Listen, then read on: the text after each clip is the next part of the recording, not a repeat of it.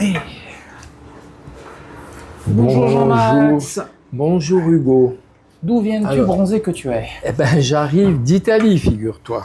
Voilà, j'étais invité 14 jours, enfin, je suis parti 14 jours, j'étais invité pour faire une petite conférence sur Fellini et la littérature. Aux frais de la princesse, tu as profité? Bah, aux frais de... Ça dépend de ce qu'on appelle une princesse.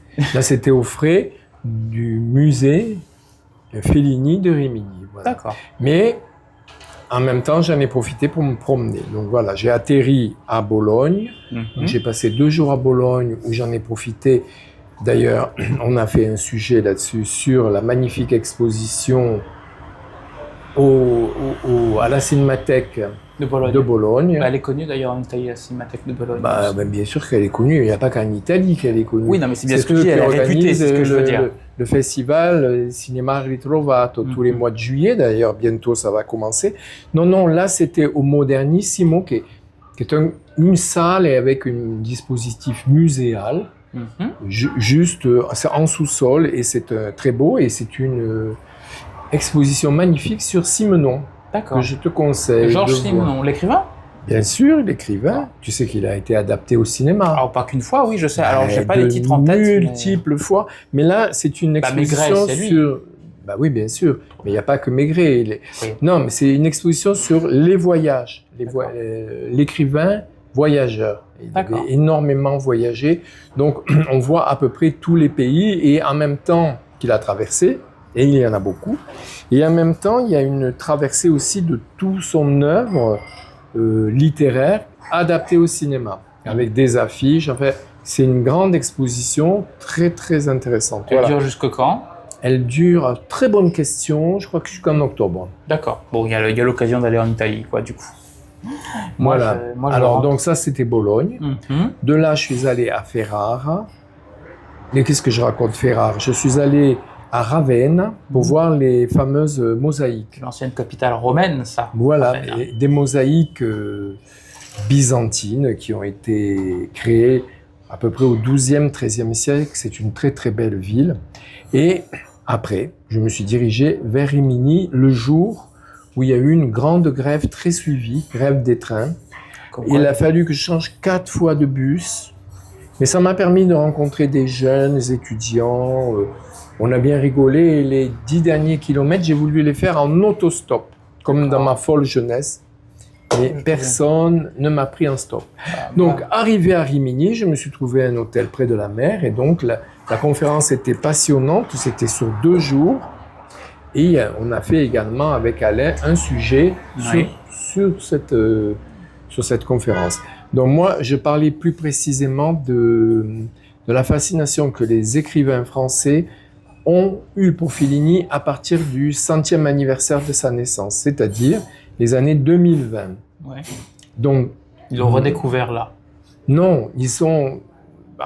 il y a Didier, par exemple, il y a Pénac qui a écrit La Loi du rêveur. C'est pas vraiment un roman, mais où il imagine que Fellini est ressuscité. Il y a Votre serviteur, quand j'ai écrit Depardieu à Cinecittà, où j'imagine Fellini rencontrant Depardieu, et il y a d'autres livres aussi explicites. Alors donc ça, c'était ma modeste contribution, et ma contribution d'ailleurs s'appelait Fellini, le poète des images. Parce que quelquefois, on pourrait le comparer à Cocteau.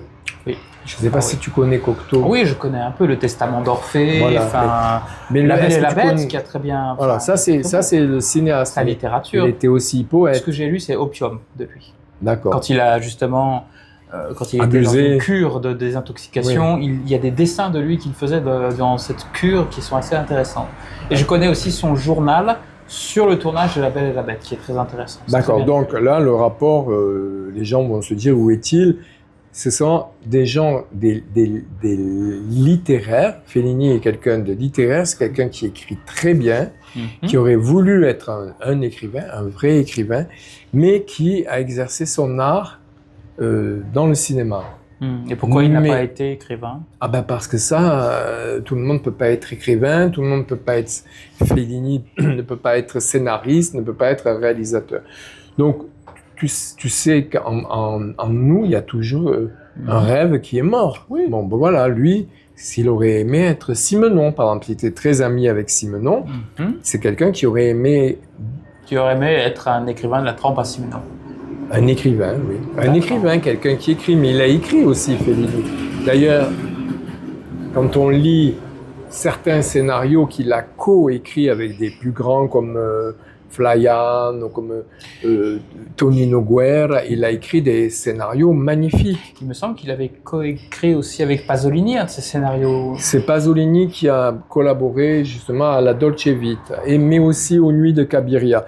Oui, alors les relations entre Fellini et Pasolini sont un petit peu souvent... Ambiguës. Bah, pas ambigu, mais avec des colères, des fâcheries, oui, etc. C'est deux artistes avec des égos d'artistes qui ont des styles bien différents l'un et l'autre. Donc oui, c'est un peu normal que... Je ne sais pas s'il y avait une question d'égo par rapport à Pasolini, mais Fellini, oui. Fellini avait du mal quand il pensait que quelqu'un allait le supplanter. C'est normal aussi. Il était angoissé. Angoissé. Non, il avait surtout pas envie qu'on le détrône, c'est normal. Moi, de mon côté, tu as fait des voyages. Moi, comme tu le sais, comme le public pour le cinéma le sait, j'ai été à Cannes. Ouais. D'ailleurs, en revenant du Sud, c'est un retard du train qui m'a permis d'avoir le train, parce que j'avais 15 minutes de retard à cause des embouteillages. Comme toi, les grèves, ça t'a retardé. Moi, ça m'a permis d'avoir mon train. Et je me demandais, qu'est-ce que tu as vu, toi, des films de Cannes? Ah oui, j'en ai vu beaucoup, mais je ne les ai pas vus à Cannes, car je ne mets plus les pieds à Cannes. Je sais, oui. Moi, j'y suis allé. J'ai fait. Mais bon, chacun. Tu as vu The President's Cake? Ah non, pas du tout. Je crois pas qu'il soit sorti. Moi, c'est le premier film C'est le premier film dont j'aimerais parler, parce que c'est vraiment la caméra d'or du Festival de Cannes. Je ne sais plus si j'en avais parlé dans mon journal, je ne crois pas. C'est vraiment un film à voir absolument. Tu connais Où est la maison de mon ami de Kiarostami ou Le ballon blanc de Panahi? C'est le même principe, sauf que là, ça se passe en Irak dans les années 90. C'est-à-dire que alors, le pays est sous embargo, les Américains bombardent, d'accord? Et Saddam Hussein, pour prouver que tout va bien, réclame à son peuple que toutes les classes d'Irak lui fassent un gâteau. Et donc, il pioche au hasard parmi les élèves, et c'est l'héroïne du film, une jeune fille d'une dizaine d'années à peu près, qui est sélectionnée pour faire un gâteau dans un pays sous embargo, qui s'appauvrit énormément, et elle est uniquement élevée par sa grand-mère. On ne sait pas ce que sont devenus ses parents, d'accord? Et donc, et sa grand-mère va la donner à quelqu'un parce qu'elle ne peut plus s'en occuper, elle est trop âgée.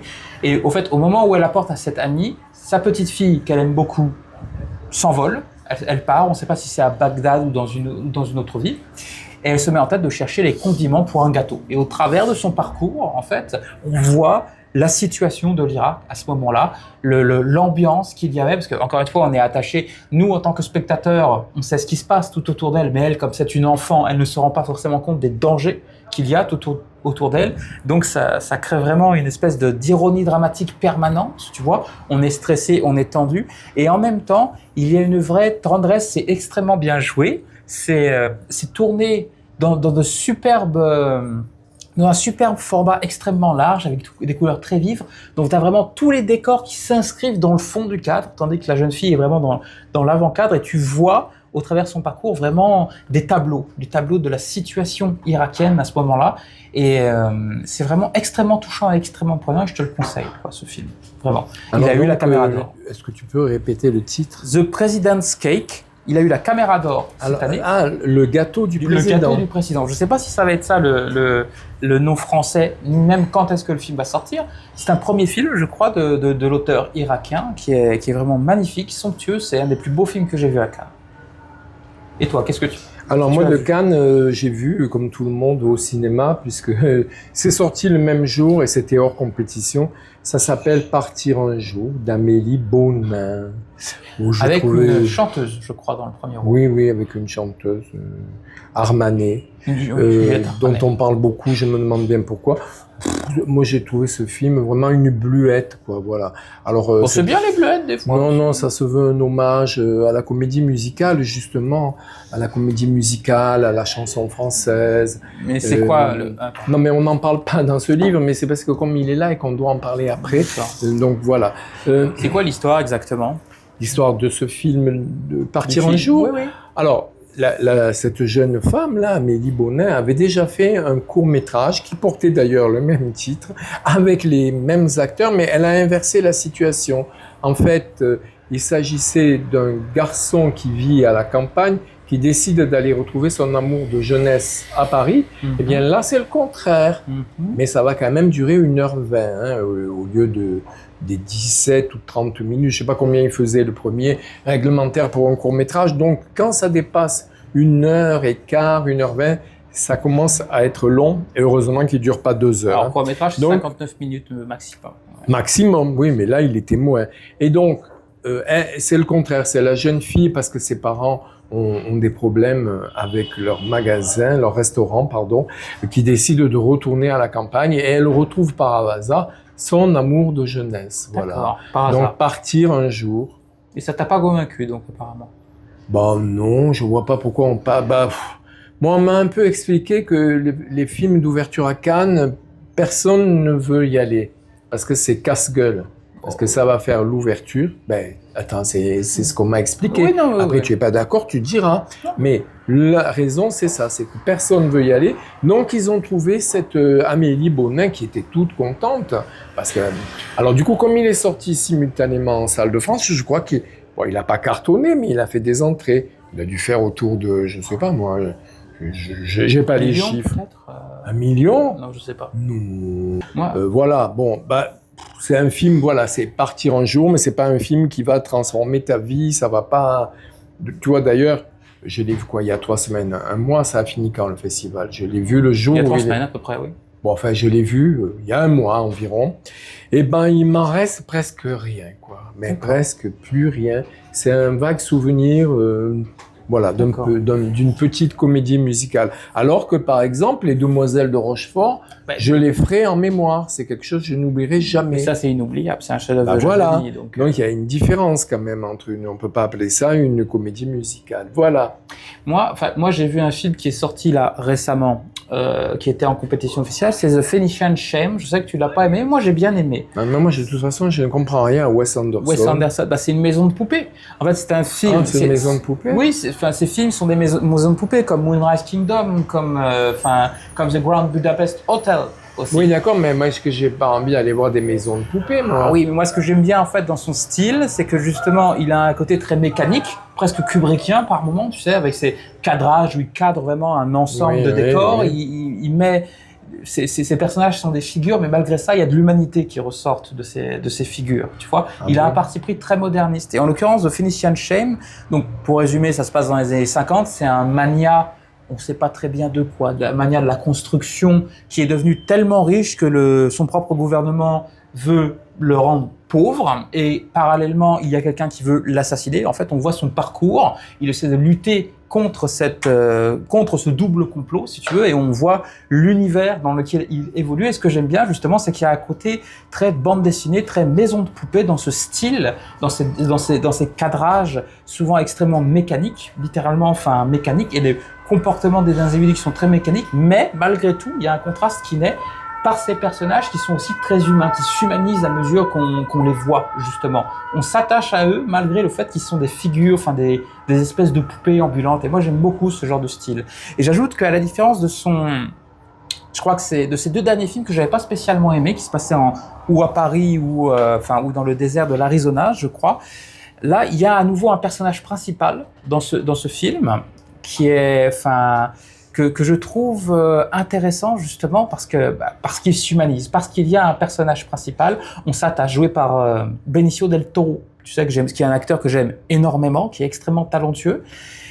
Benicio del Toro, donc il y a une fille dans le film, donc il veut le faire son héritière. Cette fille, en fait, bonne sœur, qui voulait devenir bonne sœur. Donc il y a cette question de la prédestination, le fait qu'elle soit attirée par ce monde malgré elle, si tu veux. Il y a un passage de Scarlett Johansson. Il y a un petit passage de Scarlett Johansson. Il y a toujours des stars dans ces films. Oui, c'est des films chorales qui évoquent aussi Robert Altman par moments. C'est ça que j'aime beaucoup. Ouais, c'est un peu un héritier esthétique, un peu de Robert Altman. Mais enfin, ça n'a pas la verve, la puissance d'Altman. Ça n'a pas l'acidité politique d'Altman, c'est vrai. Pour moi, c'est des films qui ne m'apporte absolument rien. Une fois que je suis sorti de là, je n'ai rien appris ni sur l'âme humaine, ni sur le monde.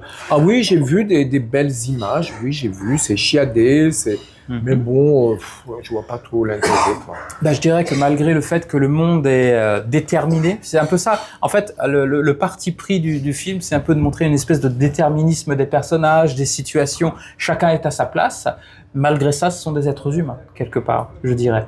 Tu vois oui, bon, il y a une scène que j'ai bien aimée, c'est quand ils sont dans l'avion, qu'il y a un missile qui les attaque, l'autre perd sa tête, voilà.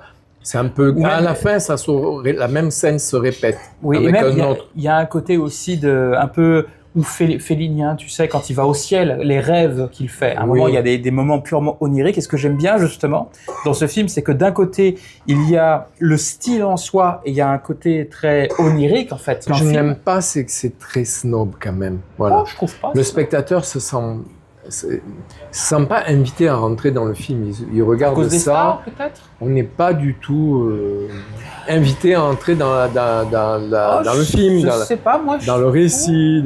Moi, en fait, là où je voulais en venir, c'est que d'un côté, le film entier est une espèce de fantasmagorie, mais qu'il y a des fantasmagories à l'intérieur de cette fantasmagorie, et donc tout se mêle. Tu vois, tu as la réalité qui est filmée comme une maison de poupée, comme un espace purement symbolique, si tu veux. Et il y a aussi des représentations du ciel tournées en noir et blanc, où il rencontre Dieu, et ainsi de suite. Et il y a tout qui se mélange, vraiment. Tu vois, tout est... Ça rappelle énormément le cinéma de Terry Gilliam, tu vois. C'est un cinéma c'est un conte. En fait, ce que j'aime bien dans les films un peu de Wes Anderson, c'est que ce sont des contes modernes, on va dire.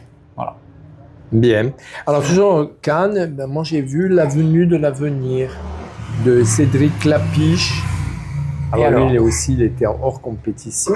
Donc, ce n'est pas le film de Cédric Clapiche que je préfère. Non, mais bon, en fait, je me suis demandé si en fait j'aimais bien Cédric Clapiche. C'est du film commercial, c'est très bien fait. Il y a 3 temporalités. Il y a des grands acteurs. Il y a tout un panel d'acteurs, d'actrices, dont notamment la fille de Vincent Lindon et de Kim Berlin, qui je l'avais vu dans un autre film, j'avais pas trouvé terrible. Là, je trouve que dans ce rôle, rôle d'une jeune fille un peu, il me semble que perdue, un peu. Clapiche, c'est beaucoup les acteurs. Il sait faire jouer ses acteurs. C'est du cinéma d'acteurs. Comparé à l'Auberge espagnole, par exemple. C'est toujours basé sur les dialogues, les jeux d'acteurs. Et là, en plus de ça, puisque c'est une partie qui est en costume, comme on dit, qui se passe à la fin du 19e siècle, chez tous ces peintres un petit peu, on va dire maudits, qui ont créé, entre autres, l'impressionnisme. Non, c'était assez tendre. Alors, ce que j'aime moins, c'est la partie de nos jours où on a tous ces cousins. C'est-à-dire, je ne vais pas raconter le film, mais tous les descendants, plusieurs personnes qui ne se connaissaient pas vont hériter de la même petite maison qui est abandonnée depuis, je ne sais plus quand, de 1944, elle est fermée, et qui avait appartenu à la fille de cette jeune femme qui était partie de la campagne à Paris et qui avait posé pour les peintres, était devenue peintre, etc. Et ça nous parle parce qu'en même temps, ce sont des personnes dont on nous a beaucoup parlé dans tous les films. À un moment donné, il y a eu une vogue où on réalisait des films, notamment Moulin Rouge, qui parlaient des peintres de la butte de l'époque. Alors là, on est en plein là-dedans, dans cette époque très particulière de Montmartre. Fin 19e siècle, début Montmartre, c'est-à-dire Montmartre avec la misère. Avant que ce soit touristique. Ah bah oui, le Montmartre, qui était un quartier très pauvre, mais un quartier de peintres, un quartier où il y avait de la poésie. Oui, maintenant c'est un peu dans son jus, Montmartre. Maintenant, on parle plus de Montmartre, mais là, peu importe. Montmartre, c'est au 19e siècle. Les gens qui sont dans ce film-là, qui sont de nos jours, ne vont pas du tout sur les traces. Non, ils ne retournent pas à Montmartre. Non. Simplement, ils font l'inventaire de ce legs inattendu qui leur vient, non pas en espèces sonnantes et trébuchantes, en argent, mais en culture. Oui. Ils reçoivent ce message d'art, en fait. Et c'était des gens qui soit qui n'étaient rien, qui n'étaient pas grand-chose, ou qui étaient omnubilés par l'argent, comme sont les personnes qui nous entourent de nos jours, c'est-à-dire qu'ils n'ont pas trop d'idéal, ben là, cet héritage culturel, ça les éveille. Ça va les rapprocher, ça va leur donner envie de connaître leur passé. Voilà. Et c'est ça que j'ai trouvé émouvant dans ce film. Ça m'évoque un peu Encore. C'était son dernier film aussi avec Clapiche, je crois, ou son avant-dernier film. Encore, oui. Oui, c'était. C'était sur la passation et la danse. Ça, oui, c'est vrai. Mais il y a toujours chez lui, c'est un cinéaste très généreux sur la passation, sur la transmission, sur la famille aussi, il me semble. Sur l'amour aussi. Ce sont des films sur l'amour. Le côté bordélique, de la famille et de l'amour aussi. Alors ça, là tu parles des. Oui, la trilogie de Vierge espagnole, mais c'est quelque chose qui est régulier chez lui. Oui, mais c'est pas vraiment le. Donc ça t'a pas spécialement convaincu? Si, ça m'a convaincu, mais ça m'a pas surpris, voilà. Non, c'est pas le genre de film où on reste pas baba en disant oh là là, quelle merveille, comme la première fois qu'on voit, allez, Paris-Lyndon, on est scotché. Là, on est agréablement. C'est pas comparable quand même. On est agréablement surpris, non, c'est un beau film. Mais c'est pas un chef-d'œuvre. C'est un film commercial, mais qui a d'énormes qualités. Non, ne me fais pas dire ce que je n'ai pas dit. Hein. D'accord. On ne peut pas le mettre dans la catégorie des chefs-d'œuvre, mais c'est pas non plus un film purement commercial. C'est un film entre les deux, voilà. Un film du milieu, comme dirait l'autre. Du milieu, comme là, en fait, il se passe historiquement au milieu. On ne sait pas si on est au 19e ou si on est de nos jours. Tout est mélangé. On est dans un temps réversible. D'accord. Et c'est marrant parce que dans O Agente Secrete, je crois que c'est comme ça que ça se prononce, donc c'est mon troisième film. Ça, c'était à Cannes aussi. C'était à Cannes. Il y a un peu ce mélange. C'est à l'acide, ça? Non, c'est pas à l'acide. C'était en compétition officielle. C'était l'histoire d'un homme pendant la dictature brésilienne dans les années 80. Il n'est pas sorti non plus. Il n'est pas encore sorti, mais je le conseille. Et il y a un petit mélange temporel, justement, entre le moment présent et le passé, justement. Et en fait, on suit essentiellement, dans un flashback, un homme, on ne sait pas pourquoi, on ne sait pas qui il est, qui fuit, on ne sait pas quoi, qui cherche à sortir du Brésil. Et en fait, cet homme est paranoïaque, on est complètement associé à son point de vue. Mais il y a quelque chose qui est intéressant, c'est que il montre des situations étonnantes où il y a comme une suspicion généralisée, où les individus, les uns entre les autres, sont en méfiance, et ainsi de suite. Tu vois, il y a quelque chose d'intranquille entre les individus. Et au début du film, on se dit, c'est parce que lui est dans une situation où on ne sait pas pourquoi de fuite.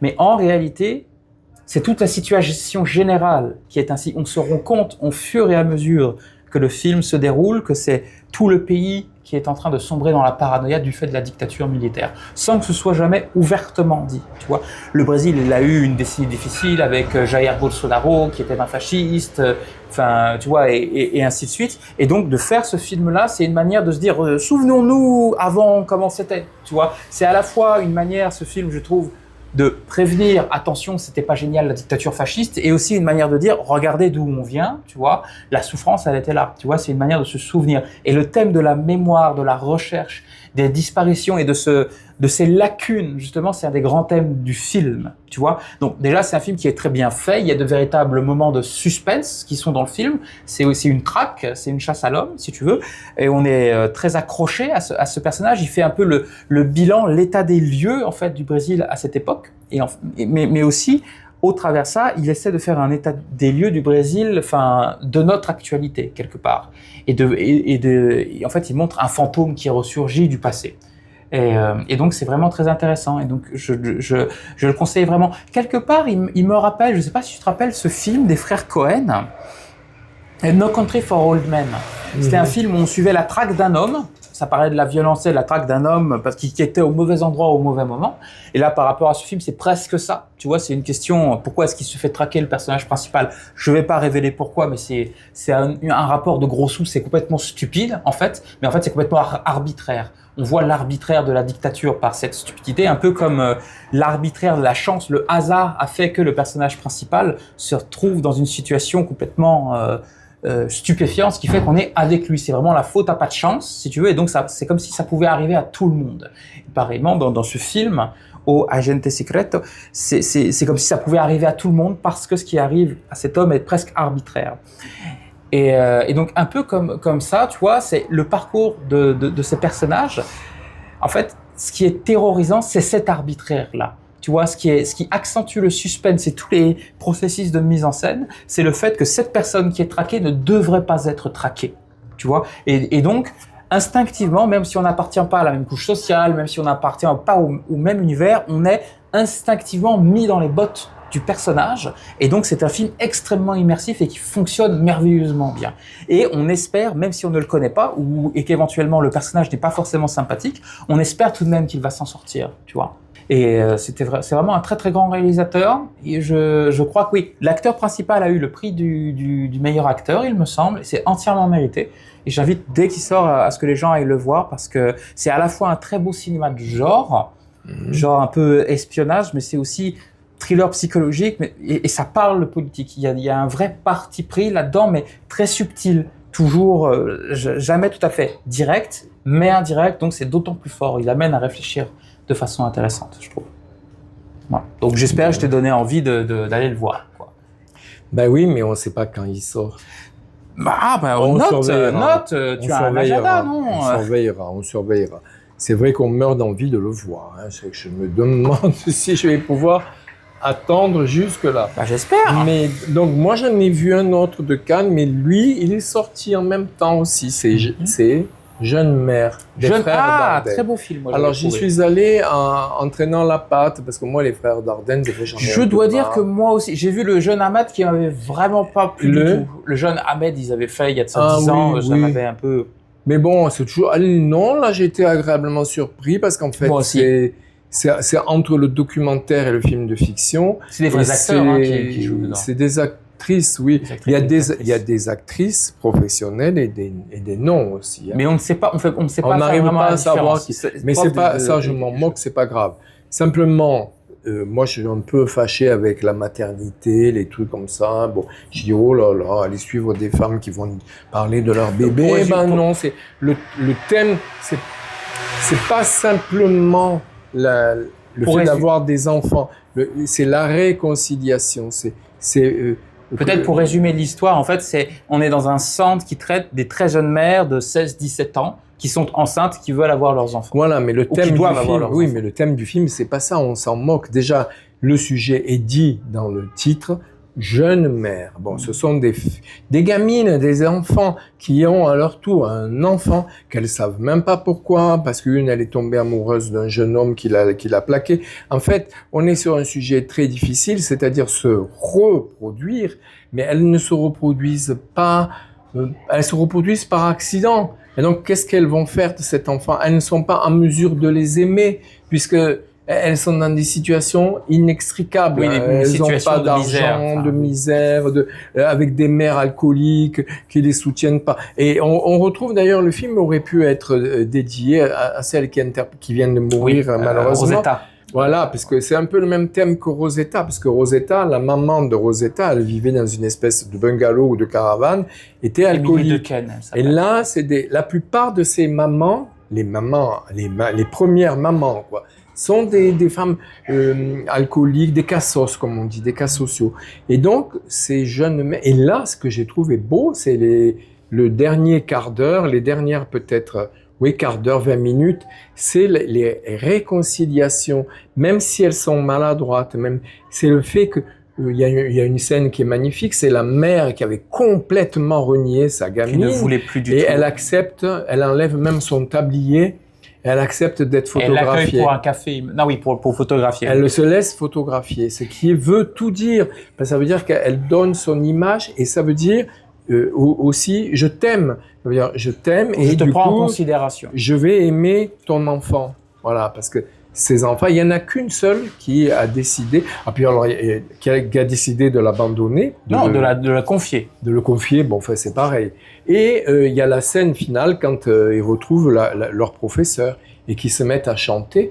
Moi, j'ai trouvé ce film très émouvant et franchement, les gens qui n'aiment pas particulièrement les maternités, les choses comme ça, allez quand même le voir parce que le sujet, c'est pas ça. Le sujet, c'est l'amour universel. Voilà. Moi, ce que j'ai beaucoup aimé dans ce film, c'est aussi qu'il ne juge pas les situations, mais aussi parce que elles sont issues d'un milieu dur. mais il n'y a pas on devrait faire ceci, on devrait faire cela. Ah ben et non. Et aussi, on se dit dans le film, sans jamais que ce soit explicite, heureusement que ce centre existe pour des jeunes mères comme ça, tu vois. Sans que ce soit dit, on se dit, qu'est-ce qui se passerait si elles n'avaient pas ce lieu où elles reviennent? Et le centre, il est à Liège. Je me demande si ça existe en France. Je ne me suis pas renseigné. Mais en tout cas, ce qui est intéressant aussi, c'est qu'ils décrivent les situations de ces jeunes filles qui parfois extrêmement dures. Il y en a qui se sont faites violer ou tabasser ou c'est sous-entendu. Mais pour autant, on ne juge pas. C'est juste une situation qui est comme ça. Normal, pas normal, c'est juste comme ça. Oui, mais ça, c'est normal. Et elles essaient de s'en sortir. Non, mais des fois, il y a des films politiques qui sont, trop ouvertement militants. Là, c'est pas le cas. Non, mais c'est jamais avec Dardenne. Il filme un peu la réalité, puis il laisse au spectateur aller... Le choix, un peu. Et l'idée de se dire, cette fin, c'est chacun il voit ce qu'il veut. Il y a de l'espoir ou pas? Il y a de l'espoir. Moi, je trouve qu'il y a de l'espoir. Il y a même la jeune fille noire qui s'est réconciliée avec sa sœur. Oui, on ne sait pas combien de temps ça va durer, mais on peut partir du principe qu'il y a, malgré tout... Il y a quand même une compréhension, il y a quand même un échange, voilà. Même esthétiquement, ce qui est beau aussi, moi je trouve, c'est le rapport au temps. Je ne sais pas ce que tu en penses, c'est que le temps passe sans passer quelque part dans ce film, tu vois. C'est que tout semble fait comme si c'était ramassé en une semaine, alors qu'en réalité, ça se passe sur plusieurs semaines, voire sur des mois. Et ça, c'est très intéressant parce que quelque part... on associe ça à la jeunesse de ces jeunes filles. Si tu veux, elles sont comme prisonnières dans un temps présent. Elles ont été mères, donc c'est une charge énorme, si tu veux, c'est massif, mais le temps continue malgré tout, les choses continuent d'avancer, tu vois. Il y a comme un décalage entre le monde autour d'elles et ce qu'elles vivent, tu vois. Et c'est cette manière, c'est très cinématographique. C'est pas juste un documentaire, c'est vraiment du cinéma. Non, c'est un faux documentaire. Voilà, tu as une mise en scène de ce rapport au temps qui est particulier, qui est magnifique dans ce film, je trouve. Et c'est très juste, c'est joué d'une manière extrêmement juste. Bien, alors moi j'ai 3 autres films, mais que je ne fais que citer, parce que déjà il y en a un que je vais voir tout à l'heure. Donc moi j'ai beaucoup aimé, alors c'est pas rien à voir avec Anne, Loveable, ça veut dire capable d'aimer, qui est un film de Lilia Ingvarsdóttir. Merci, excusez-moi, j'ai pas éternué. Et donc ça raconte l'histoire d'un couple en fait, et l'histoire d'une femme qui est prise entre deux feux, entre l'attachement à son mari et son désir d'être indépendante. Enfin, c'est un sujet, quand on le résume comme ça, de faire... et c'est pas du tout justement un film militant, féministe. Non, c'est un film aussi très tendre et qui, moi, m'a fait évidemment, vu la situation géographique de la réalisatrice, me fait penser un peu à Bergman. Voilà. Après, il y a quelque chose qui m'a beaucoup plu, c'est Freud, la dernière confession de Matt Brown, avec Anthony Hopkins qui joue le rôle de Freud. Les derniers mois de la vie de... c'est ça? Oui, juste avant qu'il meure, au moment où il a son cancer de la mâchoire. Et c'est une discussion entre un homme qui est venu... et ils ont des points d'achoppement, donc ils vont discuter sur la théorie freudienne. Et on découvre parallèlement l'attachement de Anna Freud, sa fille. Et ce que j'ai découvert dans le film, c'est que moi je connaissais, j'ai beaucoup étudié Freud, mais j'avais complètement zappé ou alors c'est le film qui l'invente, qu'apparemment Anna Freud était homosexuelle. Et ce qui explique, peut-être c'est la conséquence de cet attachement qu'elle a eu à son père. Freud, le père de la psychanalyse, qui s'est quand même conduit avec sa fille, en fait, comme un tyran. Et elle était condamnée à aller lui chercher ses médicaments, sa morphine, contre la douleur. Tout le film, on la voit d'ailleurs qui court pour avoir ce fameux médicament. Et qui arrivera au moment où son père n'est pas mort, mais enfin il est mourant. Oui, il est dans les derniers jours de sa vie. Donc ça c'est pour moi un très beau film. Et entre ce film et A Dangerous Method de Cronenberg.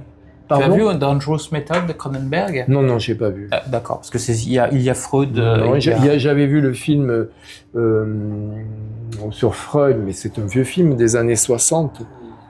Mais celui de Cronenberg, non, j'ai pas vu. D'accord. En tout cas, je te le conseille aussi. Celui-ci, il était très bon. C'est un biopic? Oui. Sur Freud? Pas tout à fait sûr. C'est un peu plus compliqué. C'est entre Freud, Jung et une grande psychanalyste aussi russe qui s'est fait exécuter en 1942 par les nazis. Bon, en tout cas, je te le conseille aussi.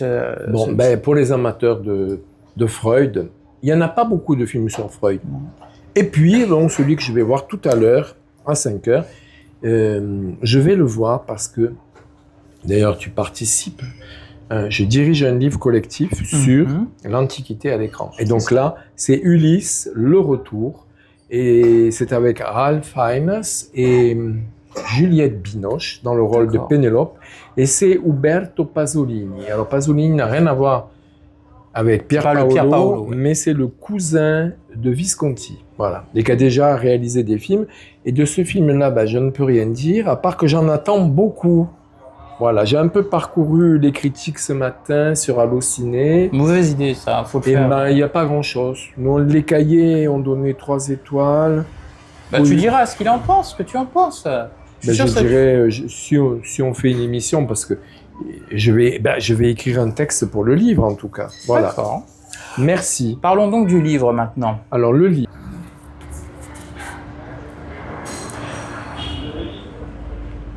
Alors, donc, c'est un livre de 500 pages. Hein.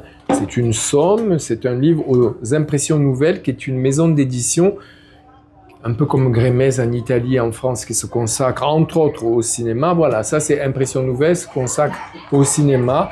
On remercie ces maisons d'édition de faire vivre encore le cinéma à travers des livres et des beaux livres.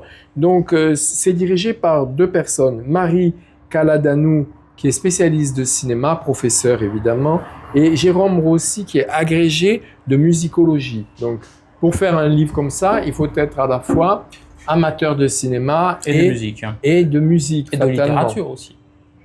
Et de littérature, accessoirement. Pourquoi de littérature? Ce sont des films, oui, peut-être pour... Bon, je ne sais pas s'ils sont allés voir après les scénarios, mais bon, alors c'est surtout forme et mutation de l'opérette cinématographique. Alors c'est un mot qui est très étonnant, l'opérette, mais si vous regardez bien l'affiche, il y a quand même une demoiselle de Rochefort, hein. Il y a Fernandel, Honoré de Marseille, et tous ces films qu'on a appelés la comédie musicale marseillaise, avec Fernandel, avec des musiques de Vincent Scotto, voilà, donc... Alors, qui peut lire ce genre de livre? Moi, je les lis, personnellement. Ah ben non, mais toi... Critique de cinéma, étudiant de cinéma, ceux qui aiment la musique au cinéma. Oui, bien sûr, j'espère qu'il trouvera son public. Ceux qui ont envie de voir qu'il n'y a pas que les Américains qui font de la comédie musicale aussi. Oui. Les fans de comédie musicale américaine qui n'ont pas conscience qu'il y en a de très bonne qualité en France. Voilà, par exemple. Ceux qui aiment Ray Ventura aussi. Ceux qui aiment l'histoire aussi. Ceux qui aiment Fernandel. Fernandel, oui, bien sûr. Ceux qui aiment Bourvil. Ceux qui aiment la chanson. Jacques Demy. Ceux qui aiment la musique. Ceux qui aiment Jacques Demy. Ceux qui aiment la vie. Donc tout le monde aimera ce livre. Voilà. J'espère qu'on a bien couvert. Parution dans toutes les bonnes librairies. Il est d'ailleurs là à côté chez Gibert. Il y en a une pile comme ça. Ah, il faut aller chez Gibert. On le trouve à la FNAC, on le trouve partout. L'avantage de cette maison d'édition, c'est que c'est super bien distribué en France. Magnifique. Voilà. Lord, I feel so helpless. Must my tears be so in vain? Bring him back to me. Quand on était jeune, and let the sun come out again. Moi, c'était Star Wars, je crois. Star Wars, la dernière trilogie de George Lucas. Enfin, la prélogie, comme on l'appelle, ça en fait partie. C'était... Non, même pas. Est-ce qu'il y en a un vraiment qui m'a marqué Surtout quand j'étais petit, je me rappelle du 5e élément. Je me rappelle des Jurassic Park. Moi, j'ai été élevé avec tout ce qui est cinéma américain et les blockbusters. Et jusqu'à mon adolescence, c'était beaucoup les films de super-héros, ce genre de choses qui me marquaient. Les films popcorn, mais qui étaient de bonne qualité.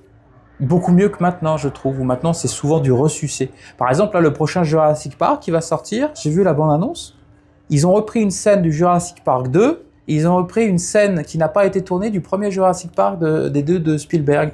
Ils sont plus foutus d'écrire une histoire originale maintenant. Ils ressucent tout. Ou alors c'est comme le dernier Alien Romulus, j'aime beaucoup la saga, les 4 films Alien. Ils comptent, dans ma cinéphilie, j'ai vu Alien Romulus, ils ont ressucé. C'est comme si on avait demandé à une intelligence artificielle, prenez ce qui a bien marché dans les 4 films précédents et on les met dans des nouveaux films en changeant un peu les personnages. Ce qui fait des films qui n'ont pas de sens, puisque ce ne sont pas des remakes, ce ne sont pas des reboots, c'est des films refaits, pour ainsi dire, qui se prétendent nouveaux, mais qui en fait sont là pour servir le fan, quelque part. C'est des films qui ne sont pas des films, c'est des rien du tout comparé aux originaux. Voilà. Et donc moi, ça me rend triste, justement, qu'aujourd'hui, je sais même pas si j'étais presque tenté d'aller voir le Jurassic Park, là, qui va sortir. Mais non, parce que j'ai réalisé que la bande-annonce, il réutilisait la musique du premier pour t'inciter à la nostalgie. Il remettait les mêmes scènes qui avaient été bien. Pourquoi j'irais voir ces films-là quand les premiers sont très bien? Voilà, moi, ce que j'ai à dire. Bien, moi, disons que curieusement, l'été, c'est pas la saison où je vais plus facilement au cinéma, sauf s'il fait très chaud pour avoir un peu la clim. Bon. Mais j'ai quand même des souvenirs. Je me souviens, il y a quand même une vingtaine d'années, à La Villette, il y avait... alors le problème, c'est qu'à Paris, même en été, il fait très froid le soir. Et comme on attend que la nuit soit tombée pour commencer, c'est-à-dire vers 9h30, bien quelquefois 22h, j'ai vu La Strada, donc sur une chaise longue, et on était... Enfin, il y a quelque chose de magique. Alors, il y a le cinéma à La Perthes, évidemment, cinéma Ritrovato sur la grande place donc, de Bologne. Ça, c'est des beaux souvenirs aussi. Je me rappelle aussi être allé au festival de Sarajevo juste à la fin de la guerre, en 1999. Ils avaient passé, alors il y avait encore des immeubles détruits, et ils avaient passé, malheureusement, c'était un nanar américain qui n'était pas fini, et on voyait encore, il avait dû monter ça en hâte, on voyait dans certains plans, on voyait les micros. J'ai jamais vu ça de ma vie. Des micros qui pendaient au-dessus. Des micros, on voyait les micros étaient dans le champ. Alors après, comme je comprends pas très bien l'anglais, je me dis mais non, c'était un film, je sais pas, un genre avec Will Smith, je sais pas trop ce que c'était, je m'en souviens pas. C'était un film que tout le monde attendait et pour eux à Sarajevo, Wild West peut-être. C'était l'Amérique qui les avait, puisque le lendemain on était reçus à l'ambassade des États-Unis d'Amérique à Sarajevo. Donc pour eux c'était la fin de la guerre, c'est la liberté, c'est le cinéma le soir. Sous les étoiles. Et une fois, j'ai vu Cinéma Paradiso, comme ça, en plein air. Alors là, rien à dire, surtout qu'il faisait pas trop froid et que ça doublait le charme et la magie du cinéma. Le cinéma vu de dehors. Et moi, j'ai toujours été fasciné par ça. Je me souviens, quand j'étais petit, je voulais aller en Amérique pour aller dans les drive-in. Je voyais les amoureux qui se bécotaient dans les voitures décapotables et on voyait des films et ça avait un côté un petit peu magique, un petit peu irréel. Le cinéma vu de façon irréelle, poétique, surréaliste. C'est la poésie du cinéma l'été. Voilà, mais alors les cinémas en été, moi, à part pour avoir frais, moi je me rappelle un qui m'a marqué. Je vais pas au cinéma l'été. C'était Titanic aussi, que j'avais vu, c'est moi qui avais tanné, parce qu'il avait duré longtemps en France, c'était donc en 98 que je l'avais vu. Il avait été sorti en 97, mais il avait longtemps été en salle et on était allé voir avec ma mère et mon frère, c'est moi qui avais insisté, et on était 4 dans la salle, c'était dans un cinéma de quartier à Martigues. Et on avait adoré, tout simplement. Et c'est moi qui avais insisté, à 8 ans, je veux voir ce film, je veux voir ce film, je veux voir ce film. Mes parents se disaient, ça va être long pour lui, il a que 8 ans, etc. Et on a adoré, en fait. Je sais pas mais c'est un beau film, oui. Titanic. Mais moi, je ne l'ai pas vu l'été, donc je pourrais mentir, dire que ça m'a rafraîchi d'être dans l'eau avec Leonardo DiCaprio. Mais Kate non. Winslet. Surtout qu'il y avait beaucoup de glaçons dans la piscine. Ouais.